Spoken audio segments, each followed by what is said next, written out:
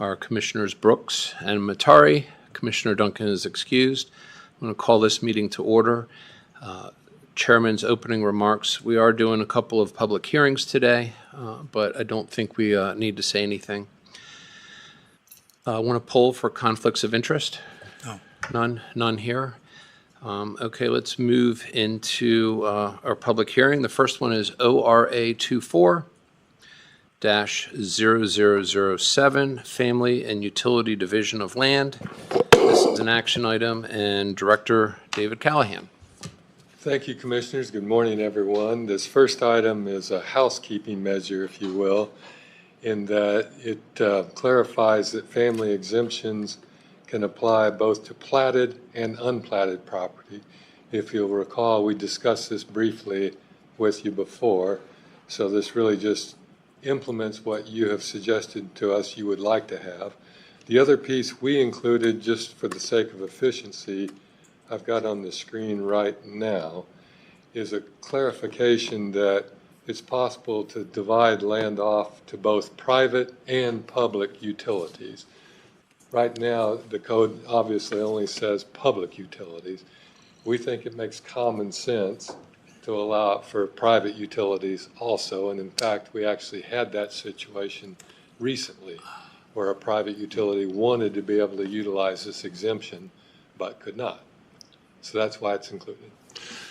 And Pat Braden, Civil Deputy Prosecutor, just adding to those comments. First of all, on the family division part, it would also allow family divisions within areas of city impact. Because this is an interim ordinance, this would be in effect for one year from the time it's adopted. The public utility/private utility division provision was originally adopted through an emergency ordinance, and that's about to expire. So it was included in this ordinance as an interim ordinance to be in place for at least one more year before we would have to re-adopt it again. Okay. And so that's interim ordinances are currently allowed because we are in the process of updating our comprehensive plan. Okay. Thank you. Any other comments to add to that? I'm thinking about this. Oh, well, I didn't talk about, Pat mentioned, but you may recall previously we had a discussion about how the family exemption potentially conflicts with ACI areas. And so that now you see on the screen, this expressly takes it out of the realm of ACIs. Okay. Thank you. Commissioner Brooks, any questions? No? Okay. I will go and ask, is there anyone who wants to speak for or against the adopting of this ordinance? Jonathan? Only staff on Zoom. Okay.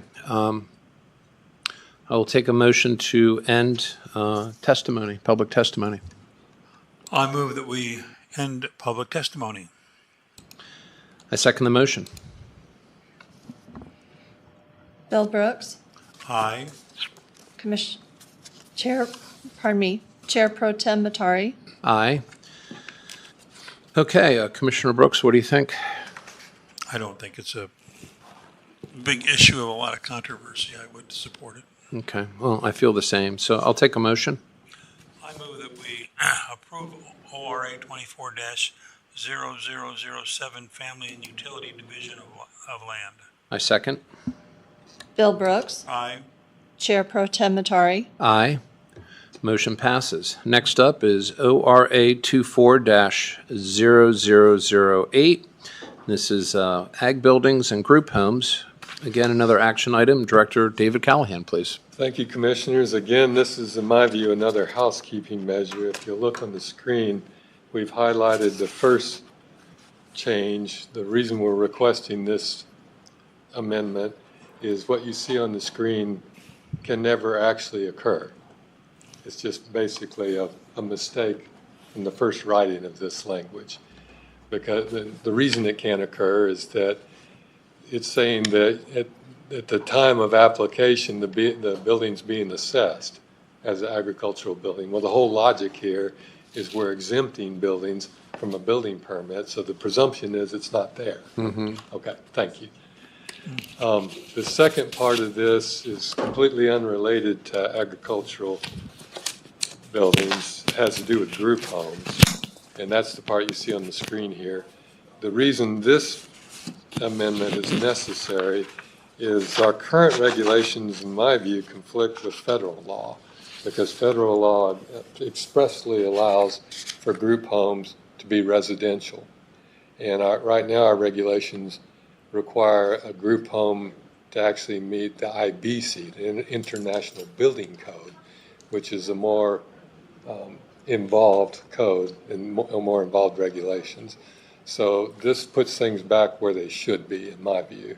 Pat, is there anything you want to add to that? Yeah, it's also to make it compliant with the analogous state law, which is Idaho Code Section 67-6531, which is expressly referenced in this amendment. And because a group home has to meet the criteria that are in that section of Idaho Code, it carves out a fairly narrow exception.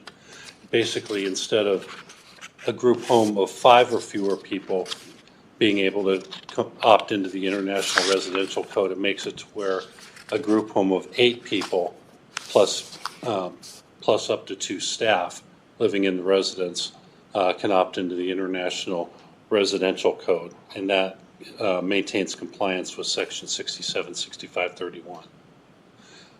And the people living there have to be either elderly or disabled, and disabled includes people that are in recovery from, say, substance abuse issues, as long as they're not actually using.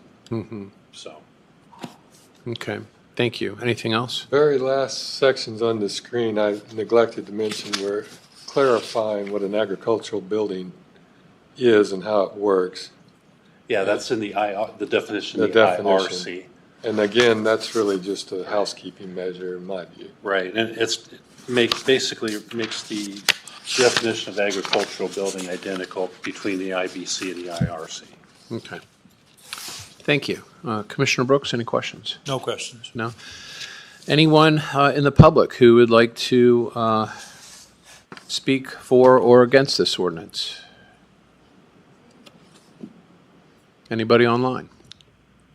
Commissioner, just staff on. Okay, thank you. Then I will take a motion to end public testimony. I move that we end public testimony. I second the motion. Bill Brooks, Aye. Chair Pro Tem Matari. Aye. All right, Commissioner Brooks, thoughts? Again, it's cleaning up of something that needs to be cleaned up. It's not controversial. I agree. I'll take a motion. I move that we approve ORA 24-0008, Ag Building and Group Homes. I second the motion. Bill Brooks, Aye. Chair Pro Tem Matari. Aye. Motion passes. Next up are deliberations. The first item is CUP 24-0004, Syringa Heights Water Reservoir. This is an action item, and Vlad Finkel.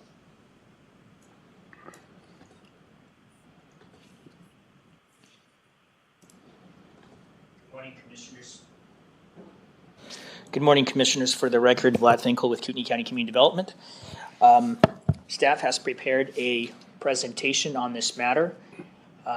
What is your pleasure? Would you like to have staff go through it or give a brief synopsis of the request as well as the hearing examiners?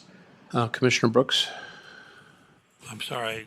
Are you okay with going through a brief synopsis, or would you like the full presentation? Oh, no. Do a brief. Yeah, a brief is sufficient. We have plenty of documentation that we Okay. have the opportunity to review beforehand. So. Understood.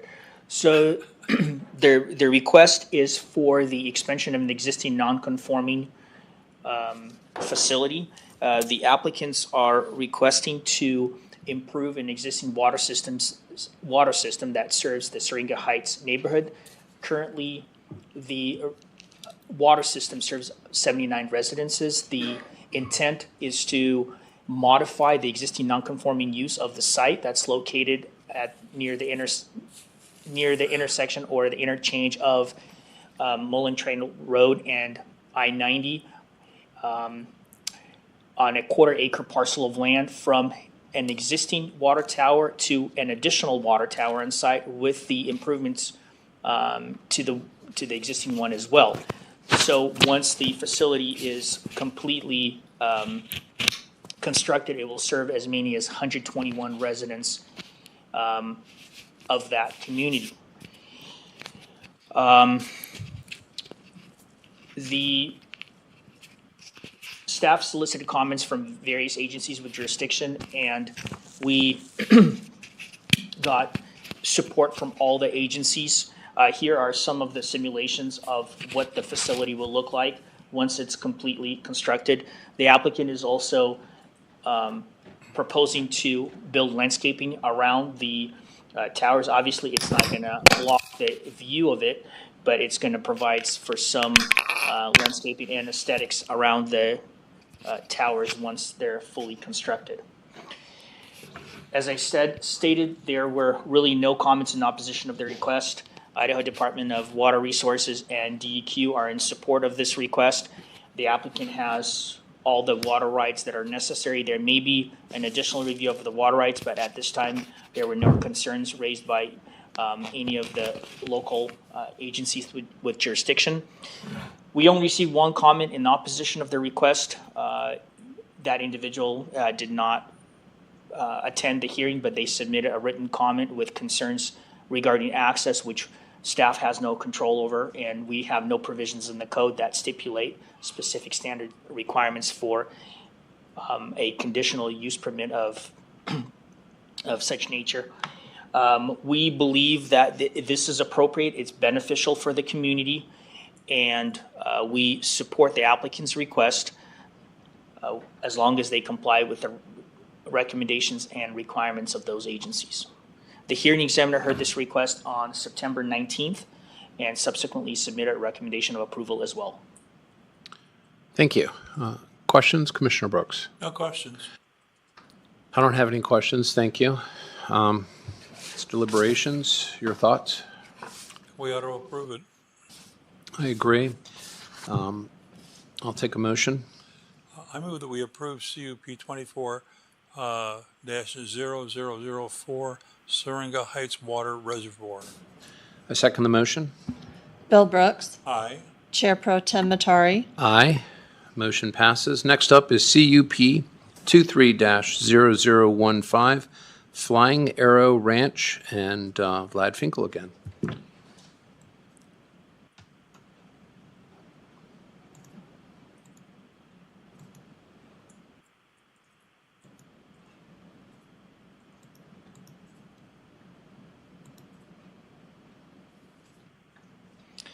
Commissioners, I will try to be as brief as I can on this. While this is a little bit more complicated and involves a lot more information with regards to what the applicant is requesting.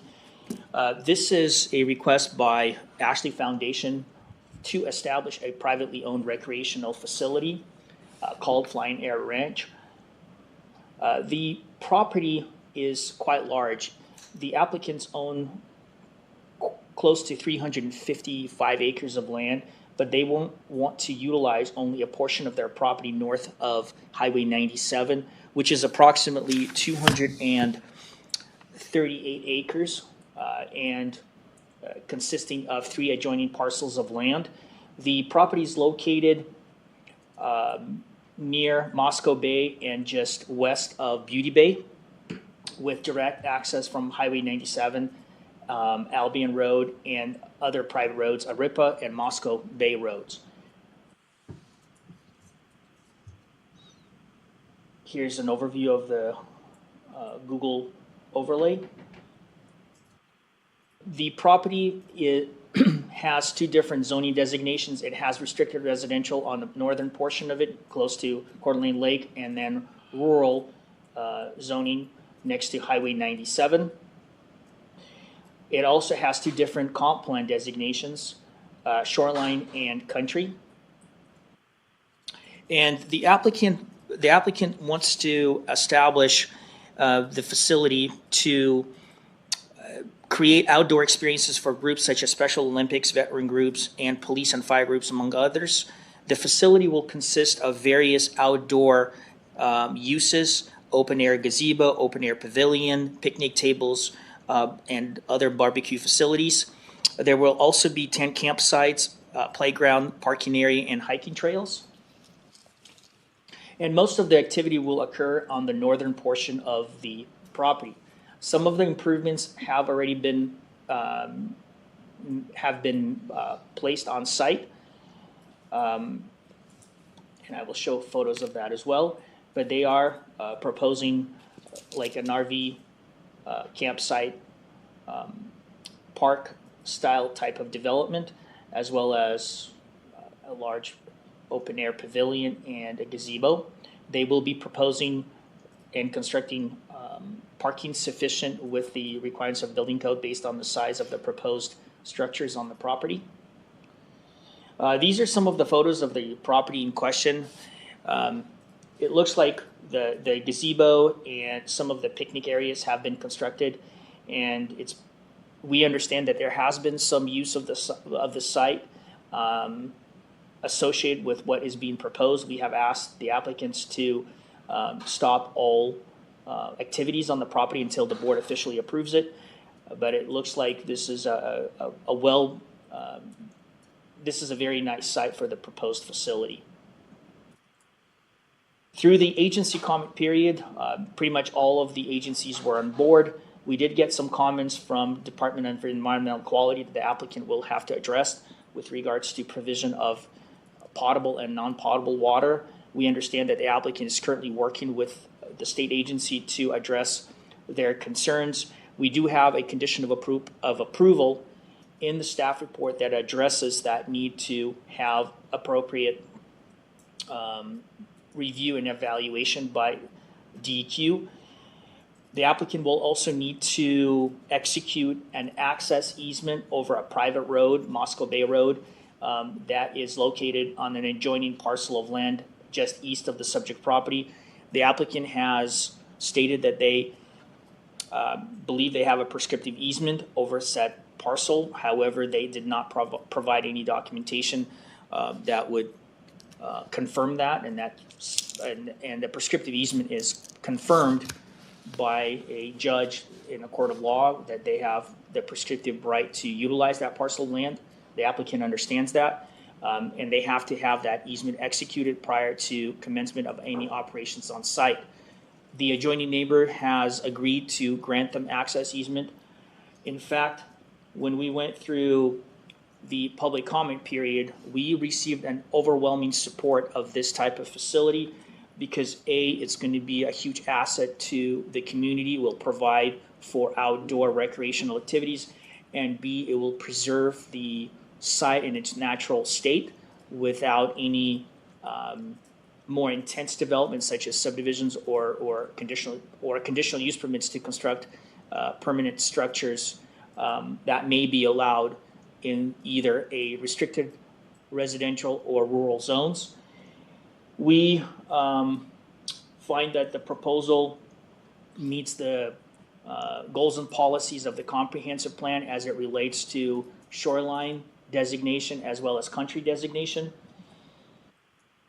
We support the applicant's request so long as they comply with the recommendations and requirements of agencies. The hearing examiner heard this request on September 19th of this year and subsequently submitted a recommendation of approval. I stand for any questions that you have at this time for me. Thank you, Vlad. Commissioner Brooks? Any, in your opinion, significant negative comments?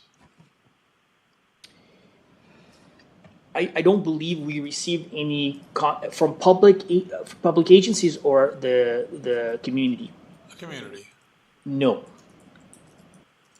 Thank you. Thank you. Commissioner Brooks, thoughts? I don't see no reason not to approve it. Yeah, I agree with the conditions set forth in the document. I'll take a motion. Are we ending deliberations? Well, we're in deliberations. No.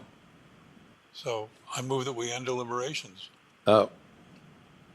Well, we need to make a motion for the CUP to approve it. Which comes first, the chicken or the egg? You don't have to move to end deliberations. All right, then I can, No- You can no end chicken or no deliberations, egg? you can end deliberations by making a motion. to all approve right. it or I not. move that we approve CUP 23-0015 Flying Arrow Ranch. I second the motion.